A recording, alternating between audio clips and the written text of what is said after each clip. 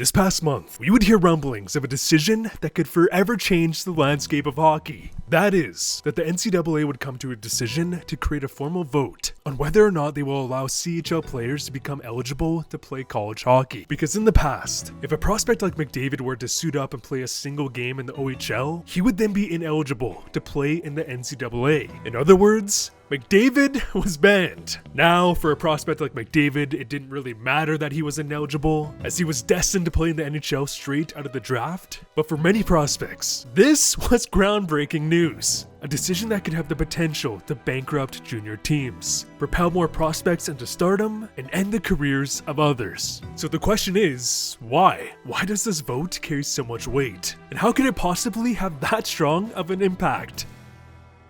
From the inception of the draft up until 1978, there were 0 players that were drafted from college hockey into the NHL. Because during this time, the CHL, or what is now known as the CHL, aka the OHL, WHL, QMJHL, would basically make up the entirety of each and every draft. However, as the game of hockey started to see exponential growth in the States, due to the Wayne Gretzky's, Mike Modanos of the hockey world, 2-on-2 as they hit the Florida line. Modano cutting to his right, a backhand, he scores!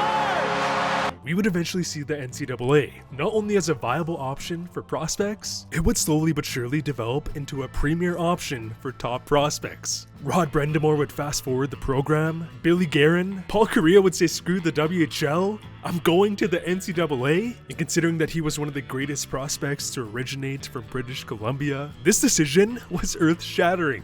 Now in the mid-2000s, we went from viewing the NCAA as a questionable path for prospects to seeing top prospects routinely choose college hockey as their #1 option. Think about the optics here. For North American players, we went from seeing the CHL as being the only realistic option for prospects to Sidney freaking Crosby nearly signing with North Dakota instead of going to the Q. In 2016, we would see a record high 11 players drafted from the NCAA. And in the 2021 draft, we would see, and get this, 4 out of the top 5 picks who were drafted from the NCAA or were committed to the NCAA, including the first overall pick in Owen Power. In the last 4 drafts, 2 of the first overall picks were from the NCAA. Think about this. Yes, it's only natural that as hockey grows in the States, that the NCAA sees more success. But it's not just American players. No, players like Cale Makar, Owen Power, Adam Fantilli, Macklin Celebrini were all born in Canada. Yet, they would opt to play in other leagues before their draft, just so that they could play college hockey. Some of these prospects put their careers at risk by playing in lower tier leagues just to maintain their eligibility. But why though? What the hell is going on? And why have we seen this strong of a shift in the recent decades? I want to make one thing clear. The CHL has been and will continue to dominate in terms of prospect development. There's a reason why some of the greatest players in the game came from the CHL, whether it was McDavid, Crosby, now Bedard, Landon DuPont, Gavin McKenna. Noodles into the slot, still has it right side. Pickford shot, scores! What a pass by McKenna! There's a reason why this past season, 43% of the NHL played in the CHL. The fact that there's a league that spans coast to coast in Canada and trickles into the States, which allows top prospects to begin exponentially growing their games at ages as young as 14, means that the CHL will continue to develop stars so long as the NHL exists. However, it has now become very apparent that there is a serious downside to the CHL. If we take a look at the previous 5 Norris winners, we have Quinn Hughes, Carlson, Makar, Adam Fox, and Roman Josi. Do you see an interesting trend here? Not one of them would play in the CHL. Why, you ask? The CHL has a fascinating problem in that it inherently allows prospects to explode in development at a young age, simply due to the fact that they start playing high-level hockey with great training facilities, with very talented coaches. Yet, I don't really know what exactly has shifted in the last decade, but it seems like many highly touted defensemen in the CHL hit that developmental ceiling. They start to dominate in the CHL, but because defensemen typically have a later development curve, they aren't ready for the NHL. They aren't eligible to play in the AHL, thus they get stuck in a state where they're neither progressing or regressing. Whereas, if we look at a player like Cale Makar, because he would opt to play in the AJHL in his draft year, it would allow him to play in the NCAA right after the draft. And because the NCAA has much older competition, made up of many talented prospects, you can look at the NCAA as sitting in between juniors and the minors. Therefore, he would be able to keep developing at a higher level. The same thing can be said about Erik Karlsson and Roman Josi, because in Europe, they were able to start playing professional hockey at what, like 16, age 17. Now, were they elite players off the bat? Hell no. But because they had to adapt to a higher level of play, they were able to continue to see progression year after year without hitting a developmental wall. As there are so many defensemen coming into the CHL who dominate the score sheet, yet they just can't seem to transition over. Think about it like this. Imagine you pick up NHL 25 and you put it on easy mode. Even if you've never played the game before, you'd eventually begin to dominate every single game. And you might think, I'm pretty good, so why don't I put it on the hardest mode, so superstar? Well, you get lit up. Whereas the NCAA would be like putting it on, medium mode, so all-star. It would allow you to learn the next level and keep expanding your skill set. Now, think about it like this. This season, we're gonna get a best-on-best international tournament. Hallelujah. However, Canada is arguably at the bottom of the totem pole in terms of goalies. Look at the goalies who came from the NCAA. We have Swayman, Ottinger, Demko, Connor Hellebuyck. As I can say with confidence that the USA's 4th best goalie is better than Canada's best goalie. When we currently look at the top goalies in the NHL, they are literally all from the NCAA, Sweden, or Russia. Why, you ask? All of the top goalies in the league were able to experience either playing in the NCAA or get games in the SHL or KHL. So after nearly half a century of Canada having the top goalie in hockey, that competitive edge has gone out the window. Why, you ask? Just like defensemen, goalies see massive value in playing against higher level competition from a younger age. And in my opinion, it's why Canada has seen such a steep drop off in terms of goalie talent. Now, don't get me wrong, there are still great Canadian goalies, but there is no coincidence here, as there is clearly a systemic problem that has prevented Canada from having a top goalie in the league. But here's the thing, if the NCAA votes and decides to allow CHL players into their league, it has now created so much potential for those CHL players who hit that developmental wall. Because instead of being forced to play in the OHL until they can make the NHL roster or age out and play in the AHL, they can now transfer to the NCAA, which in turn has the potential to open up so many doors for prospects.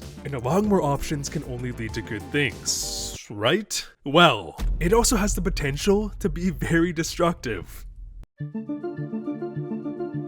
The CHL has a very interesting dynamic. Some teams like the London Knights or Edmonton Oil Kings see millions of dollars of profit every season, while at the same time others incur million-dollar losses. Because if you're not a big market junior team, the smaller teams rely heavily on having star players to draw in attendance and sell tickets. So as you can imagine, CHL teams are very protective of their star players. Having a guy like Bedard or Gavin McKenna has the ability to make a team go from losing money to selling out arenas every game. For some perspective, when Connor McDavid joined the Erie Otters, to be blunt, they were a failing franchise. They were bleeding a lot of money, but with McDavid, the team became profitable. Gaining speed, McDavid sweeps to the middle, McDavid, a shot, they score! Find McDavid in flight here. McDavid trying to go in and out on Peters, gets around him, in towards goal, on the forehand, tries to stuff it in, Bauman cannot stop it as McDavid scores a beauty! Now, it's hard to find the exact numbers because most teams don't publicly release their earnings every year, but I did manage to find multiple reports of the Otters having profits between $400,000 and $600,000 during the final season with McDavid. So with inflation converted to Canadian, this equates to roughly $900 million. However, not even 2 years after McDavid's departure, Erie would suffer an $831,000 loss. Convert that to CAD with inflation, we are talking about a $1.5 million loss. In fact, the previous Otters owners knew this was coming, and they would sell the team right after McDavid was drafted. So having McDavid in their lineup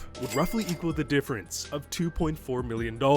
And again, this right here is why the CHL is so protective of their players. This is why they would sign an agreement with the NHL to not allow their players to go straight to the AHL. Therefore, If the NCAA passes the vote, and the CHL begins to lose a lot of their star players, which in turn causes smaller teams to see major financial losses, it could cause many teams to collapse and go bankrupt. So instead of the bright side, where the NCAA provides development opportunity for many prospects, it could also have the inverse reaction to where the CHL has to downsize their league, where they would then lose the ability to develop as many players as they do currently. Now, keep in mind, this is a fairly extreme scenario, but it does help paint a better picture to why this vote could forever change hockey programs in North America. Because if many players realize that they can not only play higher level hockey, but have the upside of getting a degree for free while playing hockey, opting to play in the NCAA will be an easy decision for many prospects. You have the developmental system to make the NHL, if not another professional league, and worst case Ontario, you finish your time playing hockey with a degree, where you can go out and find a new career. Because as it stands, for every season you play in the CHL, players receive 1 year of university tuition. So if you manage to play 4 years, even if it's 1 game per season, that player has their degree paid for. Which is why many CHL players who don't go pro instead opt to play U Sports in Canada, which is the Canadian version of the NCAA. Because U Sports hockey as a league thrives off the fact that a big bulk of their roster are ex-CHL players, which includes many past stars. So the NCAA becoming an option would have a serious impact on U Sports. Like seriously, when I went to university, we had many WHL players on our team, yet our team still folded. Go Pronghorns. But okay, that's one angle. The other angle is the fact that leagues like the BCHL, AJHL, USHL, the National Development Program have all seen exponential growth because of the NCAA clause. Players like Cale Makar, 5-minute Makar stands up, Jack Thomas cuts side of the net, backhand wraparound, score! It's just unfair that one team gets Cale Makar and they can't all have a player like him. have single-handedly boosted the entire state of Canadian junior hockey outside the CHL. Without a guy like Cale Makar, prospects in the past probably would have had the AJHL as their last option if they truly had those NHL aspirations. Players like Jack Hughes and Cole Caulfield would single-handedly boost the National Development Program. Right up by Spot, moving in Marshall Warren just on at the goal line, scores! What a snake bite, Cole Caulfield! What a snipe! Because a player like Makar would have most likely played in the WHL instead of the AJHL. So scale this up and it has the potential to severely impact these leagues. Meaning that the CHL would actually benefit from the ability to sign players from ages 15 to 18. However, leagues like the AJHL and USHL would have dire consequences. Now, consider this. If hundreds of players are opting to play in the NCAA, it has the potential to remove so many roster spots of hundreds of players who would have played college hockey. So this decision has the potential to bankrupt junior franchises. It has the upside of allowing prospects to explode in development, while at the same time killing the careers of others. But what are your thoughts? I would truly appreciate ya if you left a like on this video, and as always, thanks for watching.